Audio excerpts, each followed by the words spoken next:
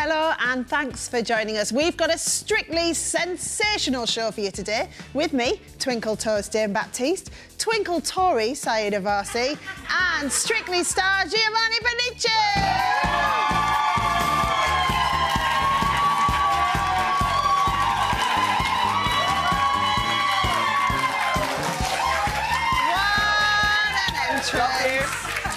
Do you always enter a room like that? Every day, yes, I do. And he probably does as well, doesn't he? We're going to be having a catch-up later, talking rumba, routines and even romance. Also on the show today, from dirty dancing to dirty bedding, our queen of clean, Hayley Leach is here with a warning for your mattress. That's right, Steph. Millions of us are not giving our mattresses the right kind of love. Today, we're asking, how often do you clean yours? I'll put this argument to bed once and for all. Oh, someone else hoping to change things is animal lover Olivia Holland-Rose. Olivia's cat, Dart, was sadly run over in a car accident last year. But unlike dogs, sheep or even goats, the law does not require drivers to stop or to tell the police about incidents involving cats. Find out more on that a little bit later. And our financial expert, Peter Komalafe, is back with this week's cost of living clinic. What can you help with today? So credit card debt has topped over £1.2 billion. That's the highest level since 2004. So today I'll be sharing some advice on managing credit card debt and improving your credit score. Lovely, thanks, Peter. Plus, Simon Rimmer is in the kitchen. What have you got for us today? I've got a proper showstopper for you today, Steph. So we've got chicken Kiev. So basically, chicken stuffed with beautiful garlic butter. But look at that, it's a beautiful round ball. When you cut it open, it oozes, and it's on a beautiful warm coleslaw. Heaven. Lovely. Welcome to Steph's Pack Lunch live from Leeds.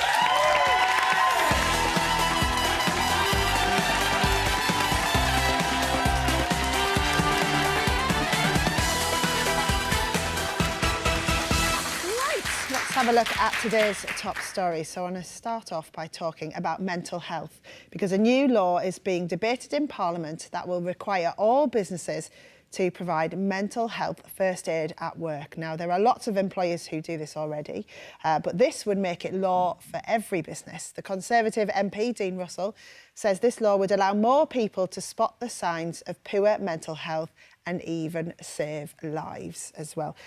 Saida, you're against this idea, aren't you? I'm not against the idea. What concerns me is, are people not getting appropriate mental health support because people aren't spotting the signs? Or is it because they're on waiting lists for months and months and months and can't access proper mental health services? And the concern that I have is, you put somebody who's a first aider on mental health in a business, and they spot the sign and they refer you, because they can't give you the response to your mental health condition. They're going to have to refer you to medical services, and then you're waiting for 6 months to get the right help. So are we really going to make anything any better? And what we can't have is a situation where this first aider effectively becomes somebody who just people come in and talk to all day, because that's not their job. First aiders aren't there to talk to people all day. No, but but surely if that then helps the employees get through their day, if they are struggling with their mental health, so then surely that's fine for that person who's trained to be talking to them about it. Well, no, because look, if at the end of the day you break your leg at work, the first aider will come along, put you in a comfortable position, call 999 and get you to proper medical help, or will fix your leg. If you have a broken mind or you're suffering from some sort of mental health condition at work, somebody just talking to you all day is not going to resolve it. You need proper intervention, and I'm concerned that this person will be somehow seen as the solution to their mental health condition, rather than a signposter, and it will be somebody whose office will have a queue of people coming in all day wanting to talk to them, and that's not the job of the first aider. So I'm not against the idea. I'm just against the idea somehow being this kind of magic bullet that's going to provide solutions when mental health services are still not responding. Maybe it might help, though, acknowledge the fact that mental health is as serious as if you break your leg at work. You know, maybe it'll then give that confidence to people so that they then can talk about their mental health, which will help them inevitably, won't it?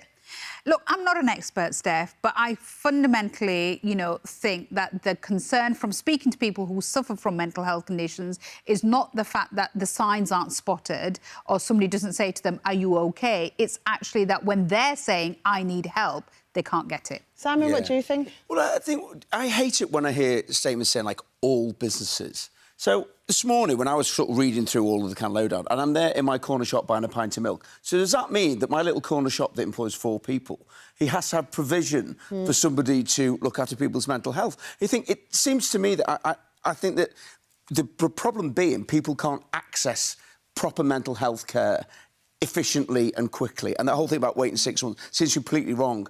I think it's a dangerous terrain to actually get somebody moved from what is, like say you just said, somebody breaks a leg, we know what's happening. Mental health comes in many, many different forms. It's a really complex issue. I worry that I certainly can't think of, you know, we get within our HR department on our bigger company, then we have somebody who refers people to mental health experts, but certainly they aren't qualified to look after people's mental health, but refer people on. I think that's what has to happen. Yeah. Peter, it does cost businesses a lot of money, though, doesn't it, when... It does. I mean, I think the conversation here is the fact that we know that mental health is an issue right now. And there is a business case to say that actually providing a route to mental health treatment or consultations actually improves and increases productivity and retention within business. If you think about it from a day-to-day point of view, most of us will spend most of our time at work. So being able to access some route to get help via your employees. If you have an employee benefit system, for example, you might have an employee assistance program. It's how it plugs in. I think there is merit to actually have it as part of something that you can access at work, but how and the technicalities of it is what we need to figure out. And you know, a good employer, Steph, would do that whether or not they're mandated by law to have a mental health first aider. I mean, one of the businesses that I'm involved in, somebody we realised was suffering from quite complex issues. We didn't signpost this person. We actually got them private support. The company got involved, organised it, paid for it and gave this person support, and this person's benefited hugely from it. That's what good employers would do anyway, right? Exactly, yeah. But a lot what about of my little corner shop? Yeah, but I think each business kind of works through what it can afford to do, how big it is, how big its HR department is, how big its workforce is. But I just think this mandating in law, somehow the government will think, job done, we've now pushed it over there, and what they should be doing is saying when you need mental health care services, that's what it feels like, they're here. It feels like offloading. Deflection, and I think it's like really not taking into account that prevention is better than cure, and I think that a government that is concerned for the mental well-being of its constituents or citizens could be applying this much earlier, before people even enter into the workforce, because I would wager that most people's associated mental health issues when it comes to work may have a link to work, whether it's now the increase for a retirement age, just general angst over financial woes and worries, or about, like, your professional potential in general. These are probably the source of most people's cause of stress and the one they're most likely to express at work. So rather than that, I think it's much more important if someone is dealing with a mental health issue that is quite grave or severe, that they normally should... Probably work might not be the best place for them to be, I'd argue, so... Chelsea, you've got a small business. What do you think? Yeah, I've got a small business, and I think it's great that this conversation's happening. And I think if you are a small business owner, you will know that that employee probably does the work of, say, 6 others, because it's a small team. So obviously, if you can future-proof that person going off, they're not easily replaced in a small business because they'll know 9 elements, if not all elements, that run your company. So for me personally, if a member of staff was to go off and it was due to their mental health, and I knew that I could put provisions in place earlier, I can't just replace them at the drop of a hat, and the business would really take a dent from that. And I think it's great if people are talking, and I get Saida's point about a broken leg. And yes, if you had a broken leg and they came in and said, I'm going off for physio, that's OK, because that helps. Well, talking helps with mental health, so it should be the same to say I'm going off to talk or I need to talk. It's the same, although it's not visible. I think it should be treated the same. Claire, you worry about this as a small business owner, don't you? Absolutely. And no, as a small business owner, I couldn't support financially setting up a first aider for that at work. And that's not, I don't say that unsympathetically. I know that there's a mental health crisis, and I experienced my own mental health problems when I had postnatal depression. And the employer I worked for at the time sadly hadn't provision to be able to support me. So I left and set up my own business. And I know how difficult it is. But if it's subsidised to have somebody trained as a first aider in this area, that would be fantastic. But I certainly could not, in the climate that we're in right now, pay for one of my team to train. But we're a small team and close, and we'd spot things personally anyway. I wondered, coming back to your example there, Claire, and also the corner shop person, whether it would be like something they could tap into as an external resource, i.e. it's not someone they physically employ in the business who just stands there waiting for someone to need their help, but more it's like collectively all the small businesses have, you know, a network that... or possibly that, you know, the provision within the NHS and the NHS. That's what I was thinking. National Health Service. Well, we all put our money into a service that helps people when they have mental health issues. That's a good Rachel, idea. your business, within your company you work for, they are quite supportive of mental health, aren't they? Yeah, absolutely. Like, I'm super grateful for the level of support that is available. And, you know, it's not just one-to-one in terms of, like, we have, like, monthly supervisions, for example, where, you know, we're got dedicated an hour and a half where we engage with our line manager, and you know that time is there for us to talk and you know outline if we do have any issues or problems. And you know it's not a definite solution by all means, and I don't think it should be, but absolutely think that there should be some level of support there, because you know, like you rightly said, you know, my team that I work with, I work full time, I'm there practically 24/7, and they're like my extended family. You know, I work with them very, very closely, and you know, I think it's really great that, you know, a business can offer some support, and it doesn't have to be that one-to-one. You know, we've had virtual sessions online where we can just engage and just get some additional support, and you know, they will signpost us if needed, and I'm just grateful. I think it's a really good option to have. Sounds they're doing great stuff for you work for, Rachel. Thank you for that. Right, moving on. We know that the past couple of years have had an impact on the development of kids. Well, some teachers have now said that almost half of kids starting primary school aren't developmentally ready to actually start school, with some not being toilet trained or having basic language skills. Teachers say that this lack of basic skills takes time away from them being able to do the proper education. Do you think, Saida, perhaps there should be kind of requirements for kids starting in primary school? So, you know, if you're going to bring your child to school, they've got to be toilet trained, they've got to be able to, I don't know, do certain things. Yeah, what do you think? And also there's an issue here. Is it COVID and the kind of fallout from that for a lot of kids, certainly in relation to speech development and kind of societal development? Or is this a trend now that's been building up pre-COVID, where parents are getting to the point where they're sending the kids to school without having these basic skills? And certainly I remember, I mean, I don't think it was a requirement, but I remember when, you know, our kids were being born 20-odd, 30-odd years ago, where you couldn't send them to school if they couldn't kind of feed themselves and go to the toilet. And we didn't expect the teachers to kind of potty train them and teach them how to eat. You know, this is parenting. It frustrates me, actually, that how much of a society we're starting to become where we think it's other people's jobs to fix our kids or to bring up our kids. Yeah. It's not. You've chosen to have these kids, bring them up, teach them the basics, or choose not to have them. You know, I just think schools are there to teach. They're not there to childcare. They're not there to, you know, potty train your kids. They're not there to teach them how to dress themselves, how to not have temper tantrums. That's not the teachers' jobs. Yeah. They're there to teach. Michelle, you worked as a teacher and assistant, didn't you, in a primary school? What do you think? Do you know what? That was our bugbearer, because the parents were sending them. They're not even tried to potty train. So we were having to potty train. We'd even heard them say, you know, like, oh, they'll train them. So we were potty. I mean, that were my biggest bugbearer, because you're taking away the time. So the kids are sat there playing and in a group and whatever, and you're having to take. And they didn't even know what a potty was.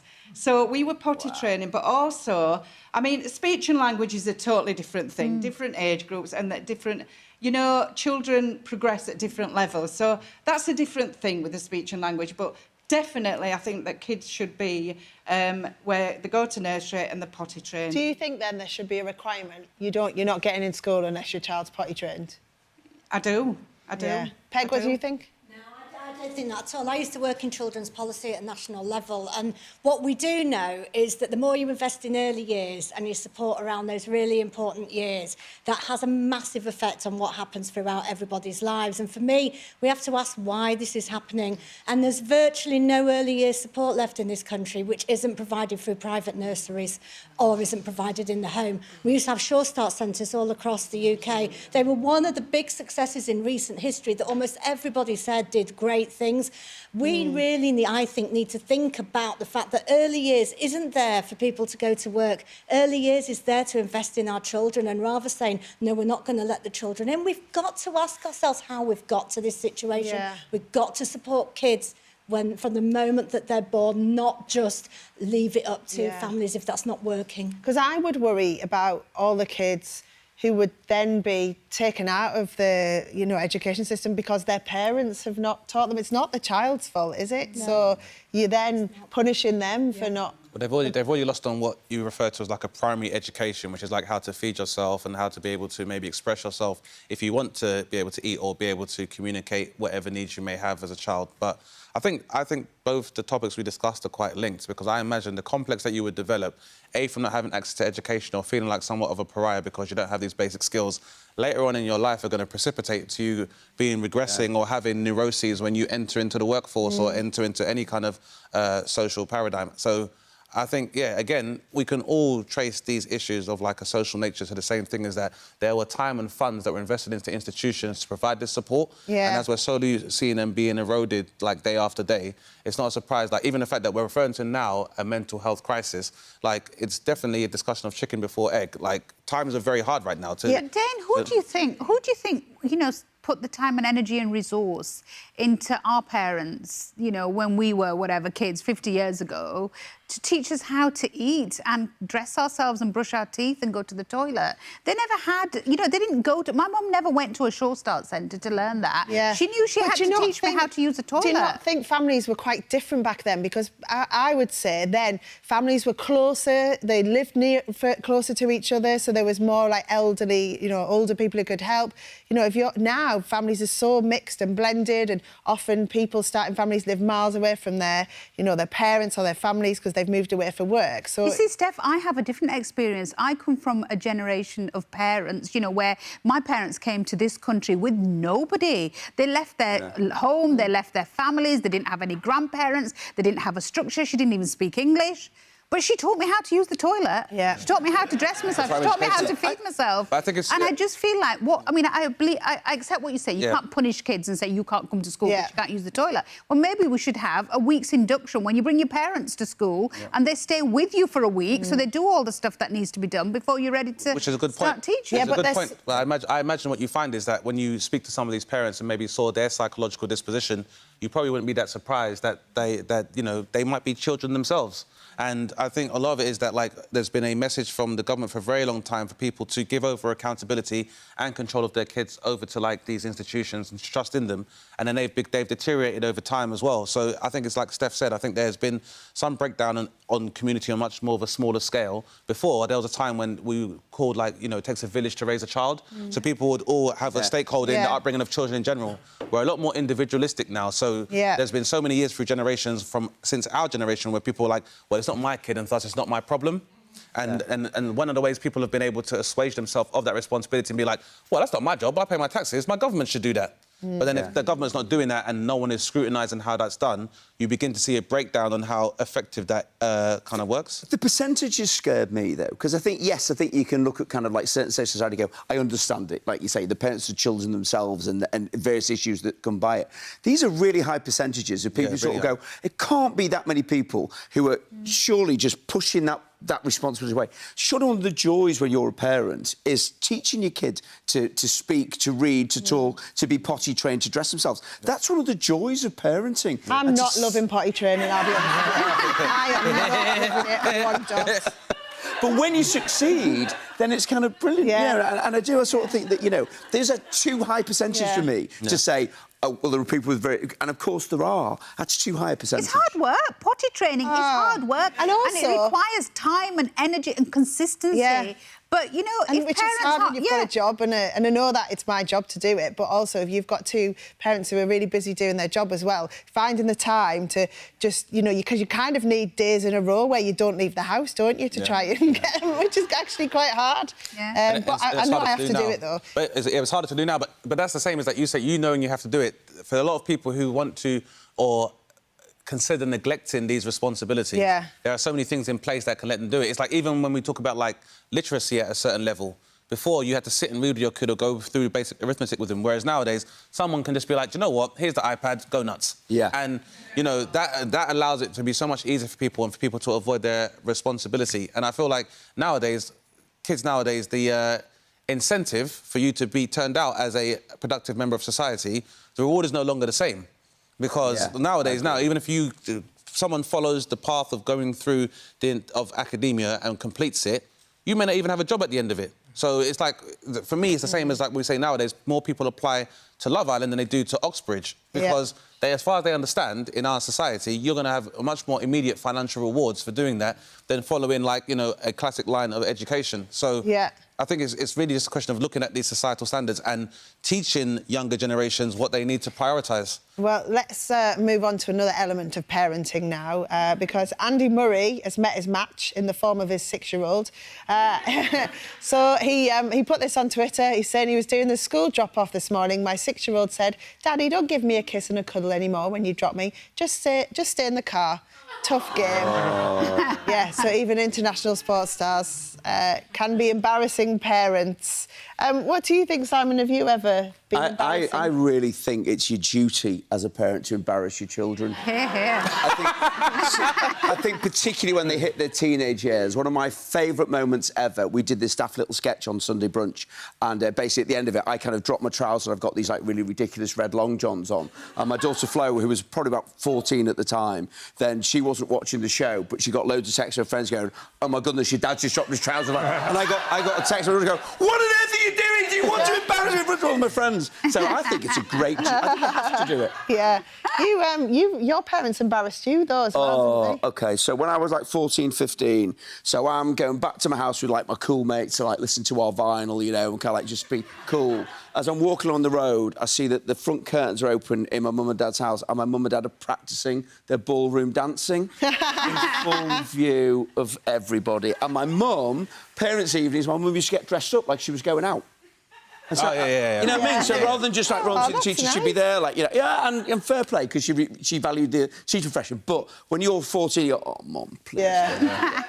Danny, are you an embarrassing parent? Oh, you bet your life I am. So my daughter, she's 13. I take her to school every morning, pick a couple of her mates up, I roll window down, I bank tweenies on, and I'm singing my head off. Right, and then last week, few mates come, they're outside the house, there were 3 boys. So I walks out, "All right, lads, how you doing?" "I'm Danny, Summer's dad. I used to work down at Butcher's. We've got a massive mincing machine down there. Put out in. So just make sure you look after her." I said, "Well, sure." And one of them didn't come back. He was scared to death. But, oh, my goodness. I love that. Of course, Danny was joking when he said that. Right, later on, we're going to be talking about filthy mattresses. So we're asking you, how often do you clean yours? Vote in our poll on Twitter. Search @PackLunchC4. We'll also be talking about how you actually clean them as well. Still to come, Miguel Barkley is back in the kitchen. He's now written 8 money-saving cookbooks, and today he's rustling up a cost-effective 99p mushroom stroganoff that also saves you energy on your energy bills too. And every year, more than 200,000 cats are killed as a result of road traffic accidents. Currently, you don't have to stop or report an incident like this. So Olivia Holland-Rose is trying to change that law after her cat Dart was tragically killed last year. More on that story right after this.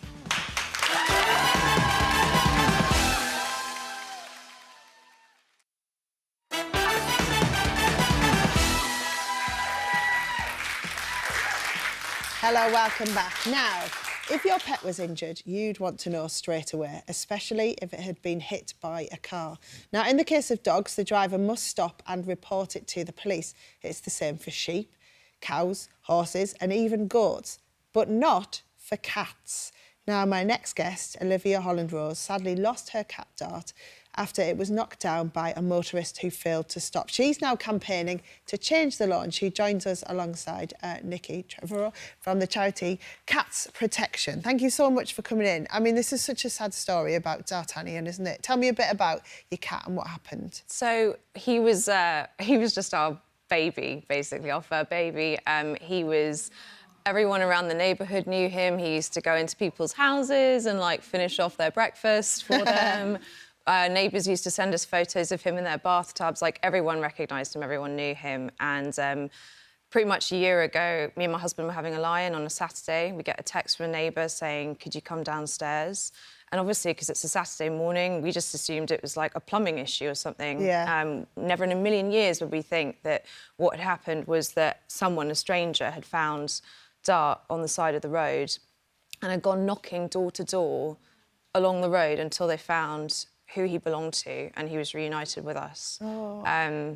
It was one of the worst days of my life. Yeah. And then in the time that elapsed after that, I kind of started questioning, like, why it was that the driver hadn't stopped and hadn't kind of done that himself, why it had to be a good Samaritan who had taken it upon themselves to reunite us.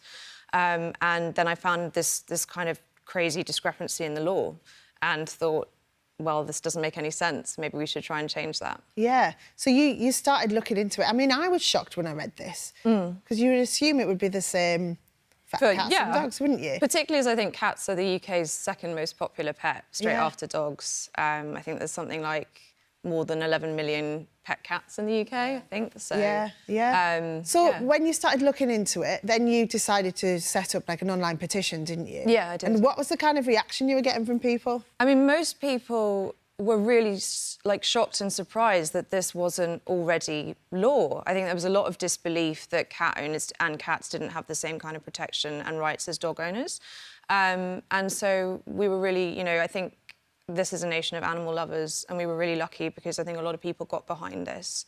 And we had some great support from charities like Cats Protection as well, who helped us along the way to kind of getting the 100,000 signatures we needed. Yeah, and then you got it into Parliament, didn't you? Yeah. So tell us about what that... I mean, how did it feel knowing you'd put all this effort in and it got to Parliament? I cried my eyes out when we reached 100,000. I think, for me, it was just trying to make something good happen from something that had really, like, for months, pretty much wrecked my life. Yeah. And so I was just really overwhelmed and really grateful. And the issue was discussed in Parliament on the 9th of January this year, which was really interesting. And I think kind of a sign of how important this issue is was that, like, it had so much support from different political parties. Like, it wasn't just, like, one party. Everyone was standing up and saying, this doesn't make sense, this is an animal welfare issue and this needs to be addressed. Yeah. So what happens now, then? So now, basically, I suppose that's kind of a slight over to Nikki as well, because she's working really hard with Cats Protection to try and push through the legal microchipping of cats, which is a big step along the road to actually getting it put into law that cats could be reported. Yeah. But the hope is that this will be a legislative change, and that the single word cat will be added alongside dogs to give them that same protection. Yeah, and Nikki, obviously, this is a real passion of yours as well within the charity, and mentioned microchipping there. So what difference would that make then, do you think? Can you explain all of it? Absolutely huge, because at the moment, 8 out of 10 cats come into Cats Protection's care are not microchipped. And it's just so hard to reunite those cats. Like, we're rehoming 44,000 cats every year, and from a reuniting perspective with the lost pets, it's only 1,900. Just think how much bigger that would be if all those cats were coming in as strays were microchipped. Yeah, because you don't have to microchip a cat, do you? That's part of the problem. Is it easy to get a chip microchip? Yeah, really easy. Yeah, I worked in vet practice as a veterinary nurse, and it's really quick and simple, almost painless. It's about the size of a grain of rice. It holds a unique number for that particular animal, and it needs to go on, like, ideally, a sort of single-point access database, which would be great. And then coming back to what happened to Dart, can I just ask you a bit about what you should do then if you, God forbid, ever do, like, knock over a cat?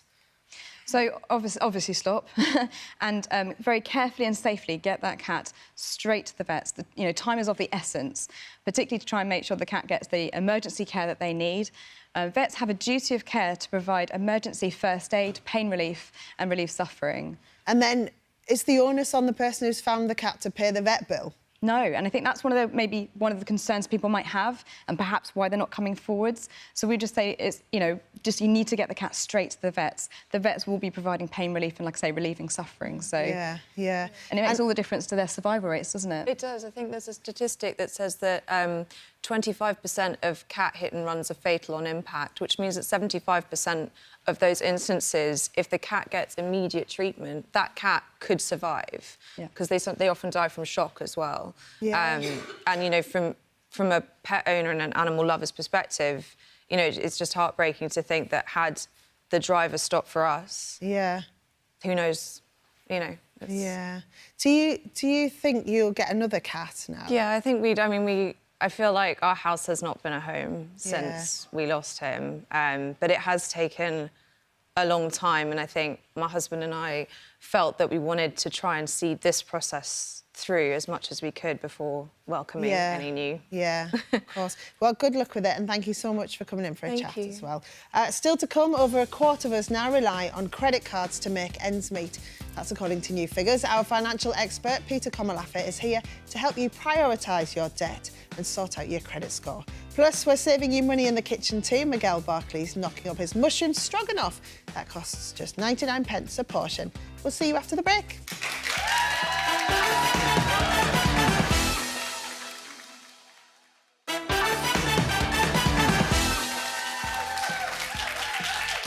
Hello, welcome back. It's two chefs for the price of one today. Simon's making his finger-licking chicken Kiev later. But first, Miguel Barclay is here. Now, with hundreds of thousands of views on YouTube and 8 cookbooks under his belt, Miguel is the brains behind the £1 Meal series, helping people cook for less than £1 a portion. So, you have got a treat you're making for us today, haven't you? Tell us what it is. So today we're going to do mushroom stroganoff. Yeah. And the whole thing comes in under £1. Lovely, I like this. So, yeah, basically, to get that meaty texture, we're going to use portobello mushrooms. So you can pick these up. It's £1.60 for a pack of 4. So it's fantastic value. And look how we cut them all chunky. So this is sort of replicating like the beef or the chicken or whatever you want to put in your stroganoff. And then to get those flavours in, we need a little bit of garlic and a little bit of paprika. That's so nice. I was going to say, we haven't waited. It is delicious. They're eating it already. I wanted to wait, but Saida said she wasn't going to. I corrupted him as well to go for it. So you can see like all the flavours are coming together there, and there's a little bit of caramelisation on the pan, and you need that because obviously there's no stock in there or anything like that, and that's going to combine with the cream, and that's going to give you that lovely sauce. Yeah. Now, you're obviously well known for saving people money on their meals in terms of like the ingredients you're putting in, but you're also reducing the energy people use as well. Yeah, so I've been working with the Gas Safe Register on a lovely little menu for them. And what it does is it sort of weaves in how to save energy, but also gas safety, which is really important, because what we're finding at the moment is that a lot of people that weren't cooking, people that were getting the takeaways and eating out and the microwave meals, have started cooking from scratch. But they haven't got the confidence, so they don't quite know what they're looking for. So, I mean, one of the things, like, the simplest thing is, if you have a look at this flame, it needs to be crisp blue flame. If you get one of those lazy yellow flames, then something's wrong and you've got to get a gas safe engineer in to sort it out ASAP.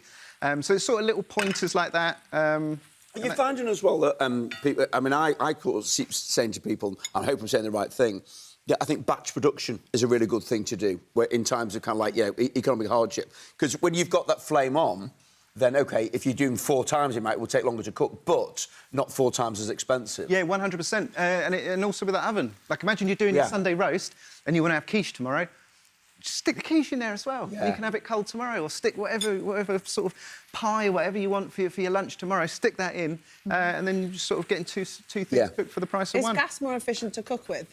Oh, 100%. Yeah. So gas is my favourite, but for various reasons. Like, I really, really like the fact that you can see it, so you know if it's on, like, high or if it's on low, and it's sort of more... Obviously, you're not touching it, but it's more tactile. Like, you sort of... I just find it easier. That's how I brought up cooking, really. Yeah. This is delicious. I mean, I love spinach, I love mushrooms, and, you know, you got them both there. Yeah, well, the thing is, the spinach is really important because otherwise it's going to be like a beige meal. Yeah. So when you're doing cooking for £1, the one thing you're always trying to avoid is a beige meal. So this spinach, like, there's only a little bit in there, but it's so important, like, visually, sort of texturally, So, yeah. Is it also a challenge to kind of make sure that within those pound meals that also you've got a good level of nutrition? 100%. So my biggest friend in the kitchen is a pack of frozen peas in the freezer. Brilliant, So, yeah, with you on that, yeah. So you're doing a stir-fry rice, something like that, you go to the freezer, you get a big handful, and the great thing about it is no wastage. Yeah. So whatever is not in that handful that's left there stays frozen. I think people should fall back in love with their freezers at the moment. Again, so like this was saying, batch produce this, then freeze down in portion size. You go, right, and if you do it, incidentally, always make sure you label it. We've all done that thing, you know, where you get the whole thing where, you know, you make a big batch and you'd be surprised that your mushroom stroganoff look very much like a spaghetti bolognese or kind of like, you know, some frozen fruit. Yeah, that's it. And again, that avoids wastage. Yeah. Because imagine cooking something and then wasting it at the end of it. Like, what a shame that would be. So always label it and date it. Yeah. Because the stuff in the freezer might have been there a year. So, Can I ask how you made the sauce for that, sorry? Was it... Yeah, so you got the garlic in there, you got the paprika in there, and there's a tiny little bit of caramelisation from the mushrooms. Yep. And then all it is cream. So single cream. Just put a little bit of single cream in. Oh. And can you see how it sort of absorbed all the colours and the flavours? It's really simple. It's simple cooking. That's what I do. Were you going to ask something, Saida? I was going to say, yeah, nutritionally. I mean, frozen vegetables versus canned vegetables versus fresh. Is there... I mean, I know fresh is the most expensive, but do the others... Are they good substitutes? Yeah, definitely. I mean, in some cases, frozen is better. Yeah. Imagine, like, it hasn't lost any nutrition because it's frozen there on the spot. They take it, they freeze it, and then it goes to you. So, yeah, quite often it can actually be better. I think a lot of the time, sometimes the problem with frozen veg is when it defrosts, it's not as pretty, and obviously, no matter what, it contains water, so you don't quite get that same thing. But certainly, I mean, that's why frozen peas are one of the greatest ingredients in the entire world. Yeah. I mean, you can put a handful of frozen peas into that, and it would be brilliant. No, 100%. And you can use the frozen aspect to your advantage. So if I'm using frozen prawns, it's almost like it comes with a bit of fish stock. Because the water comes off and it tastes a bit prawny, which sounds weird, but you can use it to your advantage. So I do this lovely couscous paella. So the couscous needs something to absorb. Frozen prawns in there, you get a little bit of liquid, and then the couscous absorbs that, and it's like your own free stock. Wow, that sounds good. Could you do the stroganoff with other things if you didn't have mushrooms? Yeah, 100%. Like anything. Like, I mean, I'm really, really flexible with sort of recipes and stuff. So a lot of people online are like, that's not a real this, that's not a real that. But the thing is I'm not coming at it from that angle. I'm not the authenticity chef. I'm the guy that does it really cheaply. Yeah. Have you got one recipe that you've created in all the books and all the recipes that you think, you know what, I've absolutely nailed it on that. That is the best thing I've ever made for a quid? Well, the Italians are going to hate me, but I do this really nice risotto, but I use grated mature cheddar cheese. Brilliant. Yeah. And I tell you what, I absolutely love it. I eat it all the time. Giovanni's just fainted over there, but, you know, we're fine. Try it. It brings a whole new sort of vibe to the dish. So it's more of like a mac and cheese sort of vibe to it. So it's not authentic, but, I mean, I love it. Like, yeah. I do. So that was worked out 99 pence a portion, didn't it? Yeah, exactly 99 Miguel, thank you very much. He just got a mention there.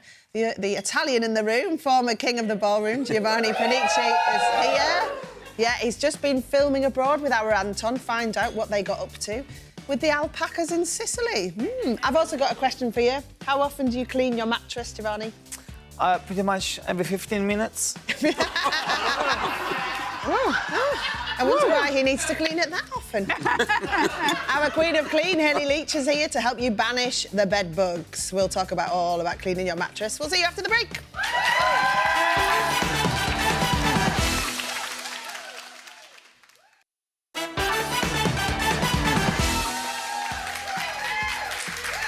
Hello, welcome back. Still to come on the show today. Over a quarter of people are putting everyday spending onto their credit cards. Financial expert Peter Komalafe is here with advice on what to do if you're bogged down with debt. Yeah, that's right, Steph. Credit card debt can very quickly become unmanageable. Trust me, I know. I've got some advice if you're struggling with it and some tips to help you increase your credit score as well. Lovely. Also on the show today, the last time we had a bed in the studio, this happened. Oh, this is nice, isn't it? I'm absolutely boiling. The bed is back. I wonder who's in it today. It's me. Yay! Giovanni Panichi's here. We're going to be having a chat in a more, but Queen of Clean, Hurley Leach, has... you're on a mattress mission today, aren't you? That's right, Steph. Over 80% of us don't give our mattresses the right kind of love they need.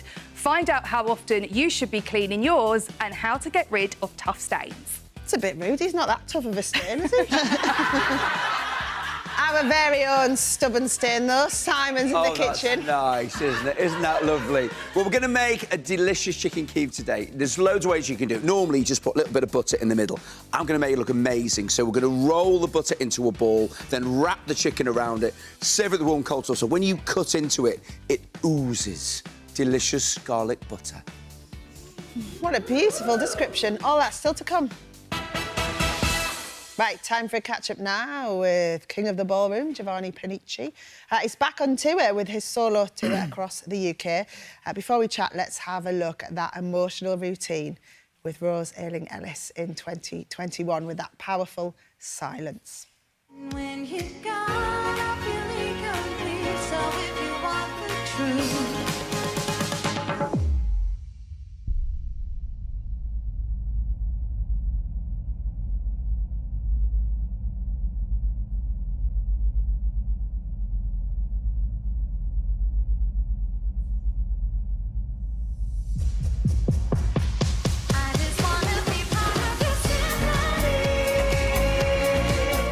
Wow, that still gives me goosebumps, that. And me as Yeah, well. does it? Yeah, absolutely. Every time you watch, it's like, this is great. It's great what we've done.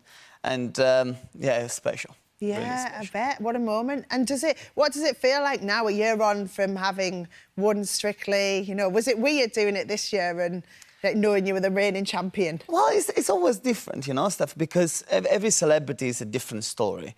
And with Rose, we achieved so many things that, you know, it's more what we achieve, not just the glitter ball, but like we changed people's life as well. And we raised awareness for the deaf community. It wasn't just the victory of the glitter ball, it was everything around. And then we reached this year again, you know, John and Johannes last year did a fantastic job dancing, you know, two males together. And we tried to do the same thing this year with Richie, and I had a good time as well. Yeah, and you mentioned that about, you know, kind of changing attitudes and things when you were dancing with Rose, because you've now incorporated into your tour, haven't you, having sign language? Absolutely. Sign language, yeah, interpreter. But I think it's the most important thing to do after Rose is keep going. You know, you can't just do on Strictly and that's it. It's something that, you know, we started... people talking about this, and I think it's important now things has to change about the deaf community, and things are changing, I have to be honest. I've seen on TV that there's already people sign language more often, and the good thing about when the people come to the theatre is the fact that, you know, they come to the meet and greet and say thank you, because they were not able to come to the theatre often because they used to have only one show with sign language once a year at 2 p.m. on the Wednesday afternoon when people basically work. So now I want to give people a little bit more chance to come and enjoy the show. Yeah. And what else is in the show then? Tell us a bit about it. Everything. There is everything involved. I mean, the reason why I did this show is because I want to teach a little bit of to the English people a little bit of Italian culture, if it makes sense. Because obviously England now is home, away from home. So I know exactly what the English culture is about, but English people need to understand as well what we're good at. So food, fashion, cars, anything and more. What when you heard Miguel there talking about, I hope this doesn't offend the Italians, there's quite a few things that Italians get annoyed about with us Brits, aren't there? Gosh. What are the others? One of those is pineapple on the pizza. You can't do pineapple on the pizza. It's illegal. People should be arrested for that. You can't do that, right, Simon? I agree. Yeah, you're right. Me. Yeah. There's things that you can't change, you know. Yeah. And pizza was made for the Queen, you know. That's the reason why it's called margherita. And, you know, it's one thing, you have to keep it like that. Yeah. Don't change things, please. Cream and carbonara? No. No, it's this way that, you know, my nonna used to make. Just keep it that way. But I have to be honest, you also have good food in the UK. You know, you have beans on toast, which is lovely. You have a toad in the hole, which is amazing. Fish and chips. I love that. I was proud there. By the way, Giovanni, when you're eating one of my restaurants on Saturday night, you're going to have terrible service, mate. Oh, really? Yeah, too right, I'll make that happen. I always often think you're pretty, like, in even talking about Britain and Italy there, you're very kind of tough and you like things the way you like them. Is that come from your kind of competitive nature? Like, do you think tough is what gets the best results? I think there's rules. I think I don't often follow the rules, but I think there's rules that you have to keep. And I think, as you said, it comes from my competitive previous life when I used to be a competitor. For me, always has to be black or white in a sense. And when it comes to food, when it comes to dance, when it comes to all these things, yes, you have to go. Yeah. So when you get partnered up, are you like giving your partner, whoever it is on Strictly, like some tough love? I do. You do? I do, but you have to, because you only have four days to make... I mean, you've done it before, you know exactly what I'm talking about. You have 4 days to learn a new completely language. You know, we call it dance, but it's a language, because every week is a completely different things to learn, different technique. And if you know a little bit, you know, put your foot down, then everything is going to be like, oh, OK, we got a week. No, we don't have a week. We literally got 3 days to learn everything new. So sometimes, some dances are easier than the other ones, so it takes a little bit less of strength that you have to put with your partner, but most of the time you just have to go for it. Yeah, you sound scary, actually. But it works. It works. You've got the glitter ball. So will we see you back this year then on Strictly? We are waiting for the phone call, and if they want me back, I would definitely do one more, for sure. Yeah, come on. It's the biggest show on television. Come on. Yeah. And I love doing what I'm doing, so... Do you think Anton's doing a decent job as a judge? Anton is unbelievable. I think Anton is a people choice. I think the reason why he won an NTA's award as a judge as well is because people are voting for him, and he's doing a great job. And he comes from a perspective that he knows what he's talking about, because he was one of us. Yeah. You know, so it's nice for us to have somebody that represents the profession. You two are going back out on tour as well, aren't you? Which will be fun. I bet you get up to all sorts. Oh, yeah, I can't even tell. I can't really tell on television what's happening, but it's fun. He's definitely one of my best friends, and we did the TV show together as well. That is coming out soon. We had a blast. We really enjoyed it. Yeah, this is where you took him to Sicily. Yes, I took to meet my family. I took him to try street food, and you know Anton, he's very, you know, he likes his 5-star hotel. Yeah. He's a bougie person. So he was camping with me in Sicily, and when I say camping, I don't mean like feathers and sparkle, anything. Camping, camping. So you can see what it's gonna be fun.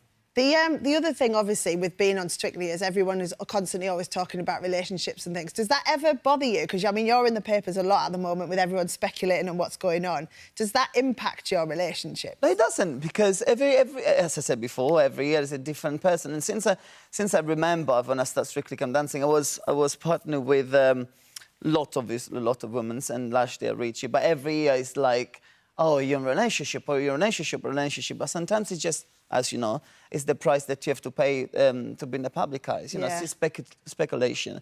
You know, and you just laugh at the newspaper sometimes, because a source said, I would love to meet the source. You know, it's just like, where's the source? Let me introduce you to him. You just go with it sometimes, and just focus on the job, focus on your cha-cha-cha, focus on what you have to do, and get to the final most of the time. Focus on your cha-cha-cha. We can all live by that rule, can't we? Giovanni, thank you very much. Thank you I should say as well, tickets are available for Giovanni's tour, Made in Italy, and they're out now. Still to come, how mucky are you in the bedroom? Our squeaky clean mattress queen, Hayley Leach, is here. That's right, Steph. There are millions of bacteria lingering in our bedding, and that includes your mattress. Find out how often you should be cleaning yours and hacks to keep it bouncing back. And someone who'll need that mattress for his afternoon nap is Simon. I do love that. I'm just gutted that story about you and I having a relationship wasn't true after all. I was waiting for the call. You didn't call, Giovanni. Yeah, it felt real to you, Simon, didn't it? I felt the relationship, but you left me for somebody else. I don't know. Sorry, I'm sorry. Lovely, we'll see you after the break.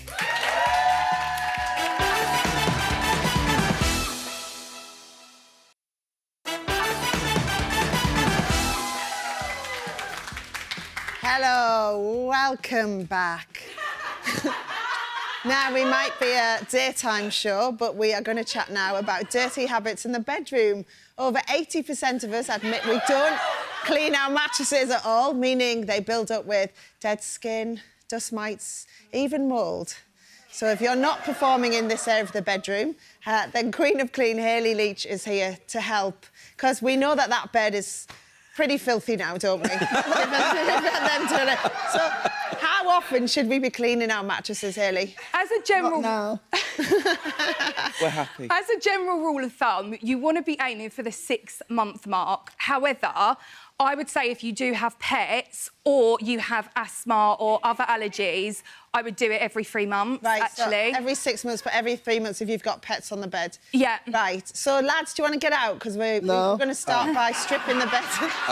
Get out. Oh, Giovanni. I've missed you. Right, can you strip the bed for us, lads? Come on. OK. Everything off. Yeah. Everything off, please. Everything off. While they're stripping the beds, I have got some stats for you. So, the average bed contains 10,000 dust mites, and we shed 454 grams of dead skin every year. Now, another gross thing I wanted to discuss with you is sweat. So, what we do every single night is we sweat. And that sweat... Yeah, we've got it here. Simon's just collected it off Giovanni. This is mine from last night. That is how much sweat we sweat every night. So the reason I wanted the guys to strip the bed is because it's good to let your mattress air out. That's a lot of sweat. I was actually shocked at the quantity of that. So it's really good to let your mattress air out, take the bedding off, and obviously while you're doing this, then launder it if it needs washing. Yeah. So you're going to take us through the different things, whether it's stains or whatever, but what do you do generally to clean it if there aren't any particular problem areas? OK, so the key thing to remember with mattresses is we don't want a soggy mattress ever, because that is going to encourage mould and mildew. So the best thing to do is make up a solution with some baking soda, just in a cup, and we're going to be using lavender oils. You can use whatever oils you want, but just be careful if you've got pets, because some essential oils can be toxic to pets. Right. Skip this step and just go with the baking soda. Yeah. The hero of the hour is the baking soda, because what the baking soda does is it basically absorbs any bad odours, and it will also remove any moisture. So it's really good at removing that moisture from the mattress. How often is this part of your 6-month routine? Yeah, so if you do this every 3 to 6 months, that is ideal. Sprinkle it on, and then once you've got it on, you can then go ahead, and you'll like this one, Simon, you can marinade the bed. Oh, that's nice. You know, like a piece of chicken or something, Oh, that marinade. You can marinate it. Yeah. So just put a glove on, rub it in, massage it in, leave it for up to an hour, longer if possible. Once you've left it, vacuum it off, and you're good to go. Wow, wow, that's good. okay. I like that. Yeah, now, magic. obviously, in Giovanni's world, there's a lot of fake tan. Yes, we do a lot of... Well, not me, but the people do. Yeah. And that can be a bit of a nightmare on your bed. I love a fake tan, but it does get troublesome if you've got white sheets, which I do have. There is a really simple way to get rid of this. And what I do is make up what I call my miracle paste. It's not really a miracle, it's just baking soda with a bit of bleach tipped into it. OK. And then you literally just, if you fill that up over there, Giovanni, you've got the baking soda, the powder. Yeah, the powder into the bowl. Put some gloves on first, safety Oh, we first. do gloves proper full on, OK? You want then you're just No, Come on. I just like watching you with Oh, gloves lovely. on. OK. You're just going to tip the bleach solution into the baking soda. You only need a small amount. Which one is it? Is it? So baking soda and then... The bleach, which is next to it in the cup. Next to Yeah, all of put it. that into the bowl. Tip a little bit in, and then you're going to mix it with the spatula you've got we there. can do that. Yeah, into a paste. That paste is then going to go on to the fake tan stain, and it will begin to lift that stain. Oh, I see. So you're going to smear it on. Does it not smell a bit, though, with the bleach? Well, what you need to do is, in an ideal world, you would actually do this on bed sheets as opposed to your mattress. You can do it on your mattress, but obviously, depending on the colour, bleach is going to change the colour of your mattress. So you want to be really careful when using this. Another alternative that's a lot more eco-friendly is actually swapping the bleach out for hydrogen peroxide. And another thing to mention here is never mix bleach with anything other than baking soda. It's fine with baking soda, totally safe. Don't mix it with anything else. Do you want to try it on that stain? On this one here? Yeah. Yeah, just smear it on. Like that? Yeah. Like a cake. Look at me. Like a cake. There you go. And then with the brush end, yeah, flip it over, and then you can just start brushing it in. And as the stain begins to lift, you can then get yourself some cool water and a cloth and begin to wipe it off. Oh, it's really working. Can you working. see how the stain is lifting out? It's really working now, isn't it? So this And works... is it that instant? Is it, you know, obviously... It's so quick, but you need to err on the side of caution. Maybe 30 seconds at most, get it off, because if you leave it on too long, it's going to have an adverse effect and start yellowing white fabric. What do you use shaving foam for, apart from the obvious? Shaving foam is actually really good. A lot of us might have been gifted them over Christmas as a gift set or whatever, and you might be thinking, well, I don't use shaving foam. Yeah. It actually contains ingredients that a well-known laundry detergent contains. This is what makes it good for removing stains. And again, going back to we don't want a soggy mattress, this makes it ideal. Do you just pour it on the stain, spray it on, leave it to sit for a few seconds, rub it in with a cloth, and depending on how deep setting the stain is, you might have to do it a few times, but it will eventually lift the stain out of the mattress. Oh, that's a good one as well. I like that. Because that's pretty good shaving foam. Like you said, it's got detergent in it. It's quite good for getting lots of stains off, isn't it? Yeah, exactly. Is it good on your carpets if you spray? Carpets, brilliant on your carpets, brilliant on your rugs. You can use it in your car. Wherever you want to use it, it works superbly. And what about mould? How do you get mould on your mattress? It comes down to the moisture. So what happens is, within your mattress, the moisture, the mould thrives on it, basically, and you get mould and mildew. That's why we use the baking soda. But a good way to get rid of the mould, and I'm going to get you to do this, Simon, is you can use hand sanitizer with a high alcohol content. This one? That's going to work really well. Yeah, just a pea-sized amount on the stain, spot clean it with the hand sanitizer, and then you're good to go. Or you can use white vinegar. White vinegar is really good when it comes to mould as well. If you have got... Yeah, but if you have got a really... Look at that! If you've got a really mouldy mattress, you're best to throw it away. I think I've never thought we'd get that stain out, Giovanni. Oh, no.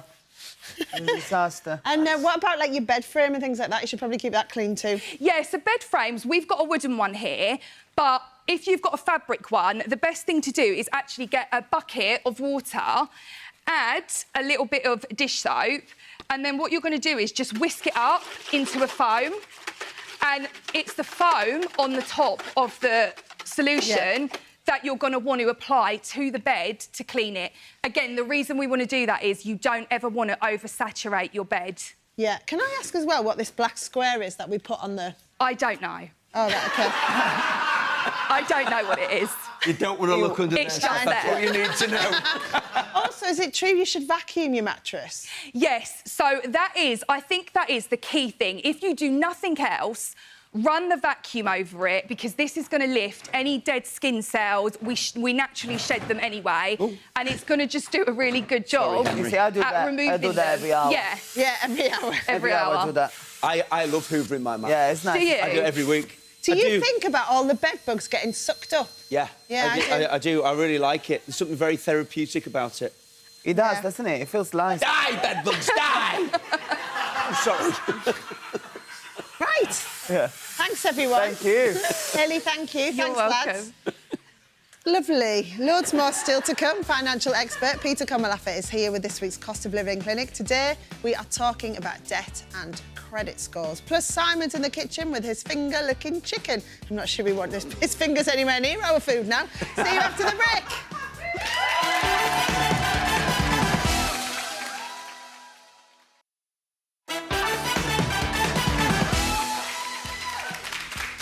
Have you got over that? You really enjoyed yourself there, didn't you? You know what I did? I love a cleaning exercise. It's great. I love a good clean. Yeah. Good. Right. Do you love a good moan? Yeah, Yeah. really do. That's what we're going to talk Yeah. about now. Do you think we do it too much? Because the chairman of Bridlington Town Football Club, I'll put my teeth back in, has criticised the decision to cancel a game because of the cold weather, suggesting players today are just too soft. Are we all becoming a bit soft, Saida? Oh, young people these days, mon. Look, I do worry. I mean, look, there's a reason why there are memes all over the internet about certain generations and how they respond to things. And I do feel like we are going too soft on lots of things. And I know that makes me sound like a really grumpy old person. But God, if we moaned about this stuff when we were young, you know, what we wanted to eat, how we wanted to do things. And also this concept of you've got to be happy all the time and live your life to the max and every day is a wonderful day. No, it isn't. Life's tough. You've got to work hard. You've got to do things you don't like doing. It's all part of living. And, you know, you've got to do loads of things you don't like doing to then go on to earn the right to do, you know, to just do the things that you love doing. Dane, you've been called soft before, haven't you? Many times. But because I love a moan. I do love a moan. I love a moan. I enjoy a whine. I enjoy a complaint. I'd much rather go to the complaints department than customer service. Just for a chat. Does it bother you, or if people are saying at first it used to, but I found that most of those people are now... they just have no emotional intelligence, really, and able to express themselves. That's a good analysis of Said. Yeah, some people aren't able to express themselves, and I feel like most social progression normally begins with someone being like, I don't like this, it needs to change. So, yeah. See, the weather ones always get me. You know, weather in Britain, it's pretty all right. Even when it's really cold, it's pretty all right. When you hear things like that about a football match because of the cold, oh, please, get over yourself. Yeah. You know, we live in Britain. But they might hurt themselves and... Oh, please, well, don't play them. You know, when we were younger, Steph, every time we said to my dad, I'm tired, he'd give you that whole story about how he walked, you know, 3,000 miles in 10 foot of snow to work an 80-hour daily shift, you know, whatever. And we used to say, oh, God, he's got his violin story out. But now we're telling those violin stories. Because when I talk to younger people and they're moaning about how, you know, many hours they have to do... People. I find people moan more in general. Yeah, but come on, at this age, you know, I think, Simon, you and I have earned the right to moan, right? So we moan, but what about interfering? Said, I reckon you're an interferer, because a top philosopher from... I love the fact you all love me. We do love you. All right, Saida, a bit of complaining there. Everyone's ganging up on me. So I want to talk about interfering because a philosopher from Cambridge University reckons that it could be immoral, he said, that everyone should have moral right to make their own decisions when it comes to big things like kids, marriage and careers without families getting involved. You're an interferer, come on, do you get involved in family decisions? I think the word for it is guidance. What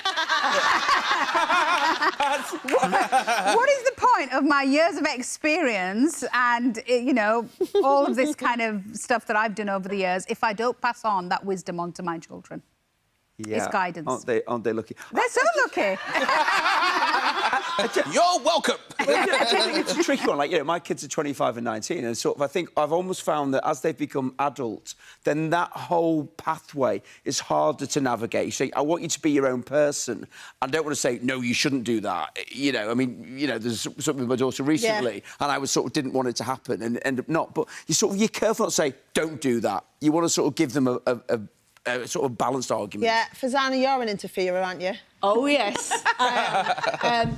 Advice, yeah, some people might say sticking your two-penny thin, which is what we say around in these parts, definitely. Like, my son's choosing his university decisions, and I'm saying, oh, do you have to go that far? You know, can't you be a little bit closer to me? And he went, no, Mum, I don't want to be closer to you. So it's just about those decisions, and I'm only doing it because I love them, that's all. That's the reason why I'm being a good person. Marcia, you've got a clever way you interfere, don't you? Yeah, I see. It's one of my pet hates is when you know, you're talking things over with somebody and what have you, when they rush in with advice or guidance, and sometimes you don't really. That's not what you want. And I used to be that person, so I'm just trying to be a better person. And quite often, if somebody is, you know, faced with a decision like that, I'll almost like throw it back at them and ask them about, you know, what are the implications of this decision? Or, you know, do you think that's the right path for you to take? And that kind of stuff. And I think what that does is it gives people back their power to make their own decisions. You do like a SWOT analysis, basically, don't you? Opportunities that I like it. Right, we're going to talk now about credit cards. I'm going to head over to Peter Komalafe. You're going to the kitchen, I think, aren't you, to go and do get the food started, and Sido will probably crawl along the floor at some point. So we're talking about debt, aren't we? Debt, particularly in relation to credit cards and kind of the problems that can create for you, because spending on credit cards has increased, hasn't it, recently, Peter? Massively, and this is something that I'm actually quite closely linked to. I struggled with debt for 15 years, so these are the numbers. Over the back end of last year, consumer lending, which is overdraft personal loans, credit cards, increased by £1.5 billion. 1.2 billion of that is on credit cards, and what we've seen is that the credit card providers have seen a 42% increase in people inquiring about credit cards. And that essentially means that it's down to the cost of living crisis, and people like Step Change are seeing more people asking for help as people really struggle with coming to grips with it.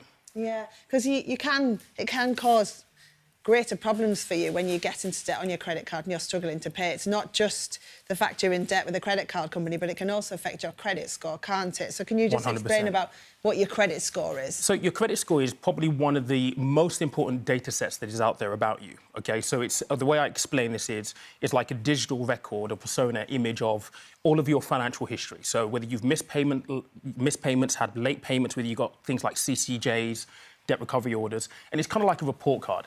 If you do really, really well, so you keep up your payments, you get a really good score. If you don't do well, you get a really bad score. And the idea is you want to be as high up on there as you possibly can. Yeah, because it's a points-based system, isn't it? So Yeah. that's why those numbers are there to tell That's you right. the kind of different areas which are good and bad. Yeah. And we've got a viewer question on this. To do with what your credit score is made up with.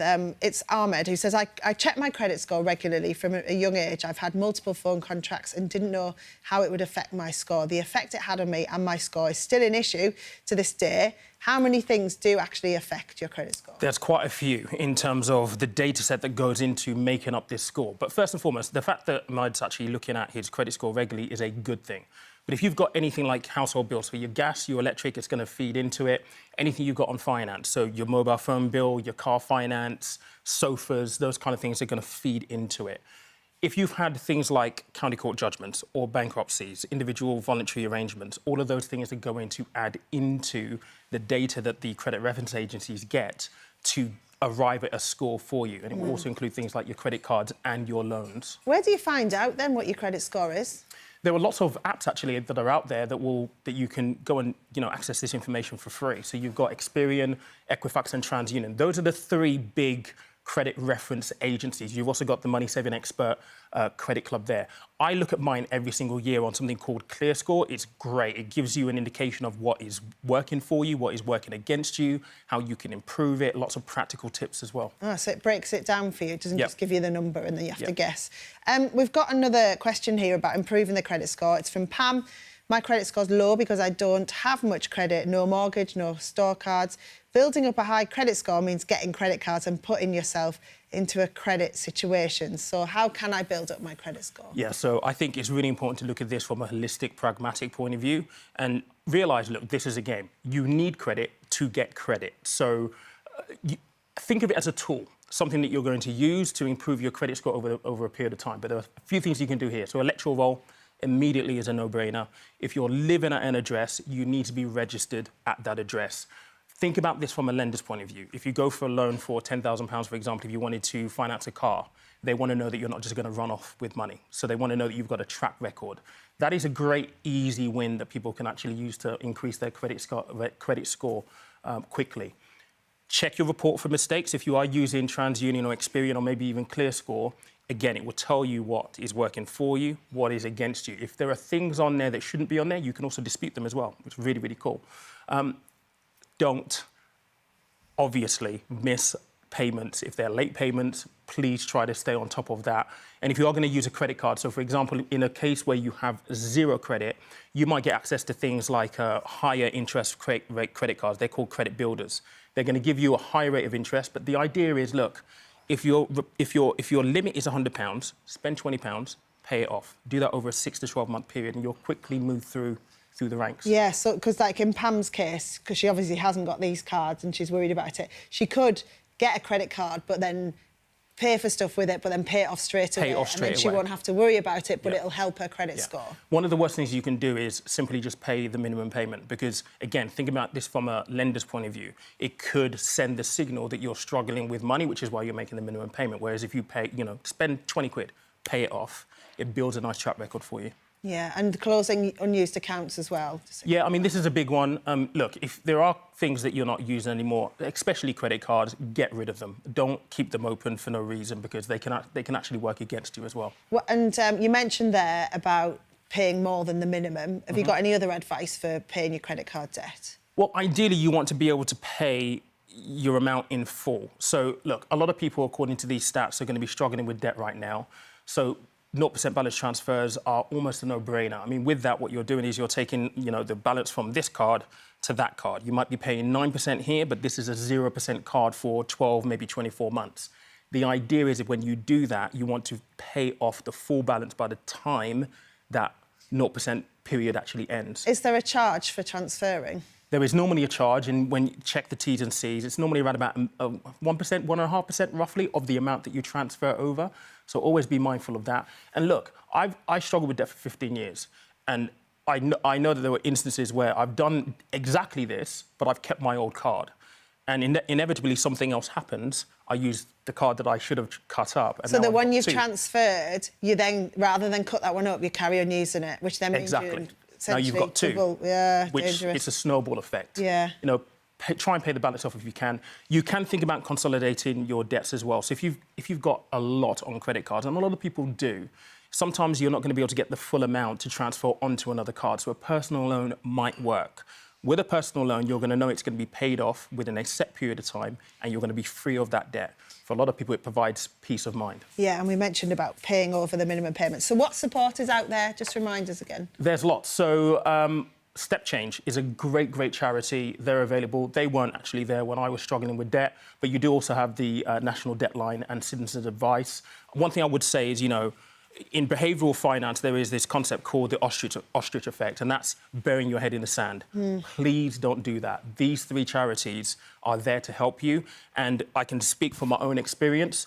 It's hard to approach it, but once you have that conversation, you feel so much better. Yeah, and you're not alone. So many people are in the same position, 100%. Aren't they, Peter? Thank you so much. Okie dokie, Simon. OK, we are going to make chicken keef. So there's loads of different versions. We're going to do it with the warm coleslaw. So first of all, what we're going to do, into the pan, little drip of oil into there, and then some butter. Don't need loads of butter, because there's loads of butter in it. Saeed and Dane have already started. How is it? It is very good. Really nice. So this is really just going to be one that is a little bit fancier. So traditionally what you do with the chicken keef, you would get your chicken, you cut a little pocket and you put the butter in. We're going to make it a little bit more exciting. Meanwhile, with the coleslaw, what we're going to do, into our pan, as that bubbles away, a little bit of onion goes into there. And then we're making a warm coleslaw here. Then some celeriac, which I love. It can be anything that you can grate, really. Even if you just buy one of those ready grated mixes from the supermarkets, that'll be fine. We're doing a warm one. That goes into there, and then we sit on the top of that. A little bit of lemon zest goes into there. Just the zest at this point. We're going to finish it with the juice a little bit later on, but the oil from the lemon is what we want at this point. Pinch of salt, pinch of pepper, and just let that sit there. In the real world, I would do this right at the end. I would do this almost like a stir-fry, high heat, and just give it a shake. But so it works on telly, we're doing it that way. Now, what we do with the chicken. We get our chicken breast, put it between either cling film or parchment, and then bash it, OK? And you want this to be nice and thin. We want to get this almost to be like it's a square, so keep turning it all the time. And the thinner you can get it, the better it is, because it's going to roll that little bit more evenly. So get that. Stress relief. This is why you got that BAFTA nomination. This is quality TV right here. All right, so you bash that out like that. And then what we do, so we've got this little outside edge.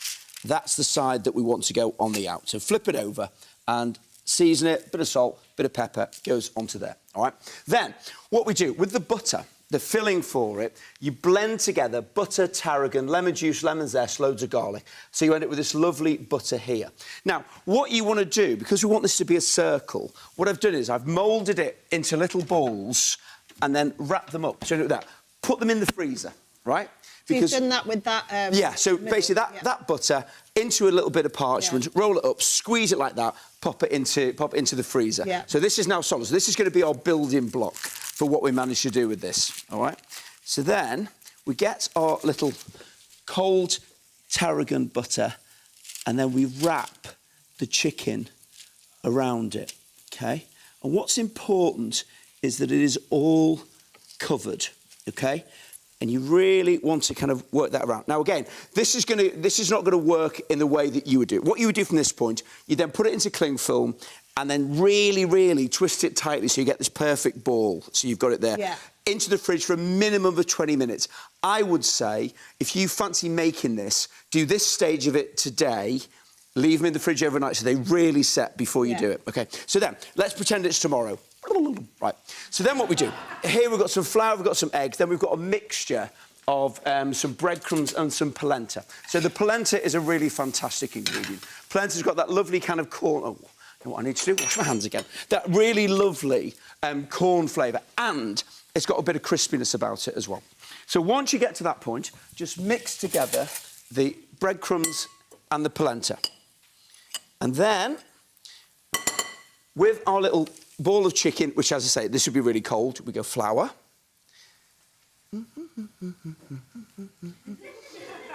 Then we go into egg. And then... that noise the egg or the flour? Sorry? Was the egg or the flour squeaking? It was the egg. Oh. Well, no, it was the chicken squeaking, because it didn't like being in the wet. You never see a chicken having a bath, do you? So then you get this then into the breadcrumbs. Now, if you want to make sure that this is really solid, you can double dip. So you can go back into the egg, and then you can go back into the breadcrumb and polenta mix. OK. Now, when this goes... What you would do now, because as this would be cold, you then seal this into a pan on all sides, then into the oven for 20 minutes. Or, if you've got a deep fat fryer, then you can pop it into a fat fryer. Now, this will open up because it hasn't set, but you'll get the idea. So when it goes in, and just cook that for a couple of minutes until it's sealed, then, as I say, into the oven for 20 minutes, all right? And you end up with... And this, the great thing about this is, if you're going to have a dinner party this weekend, this is the kind of thing you can do in advance, and then it's actually quite simple to do it. So that will come out, then we'll go into the oven, and we end up with this beautiful...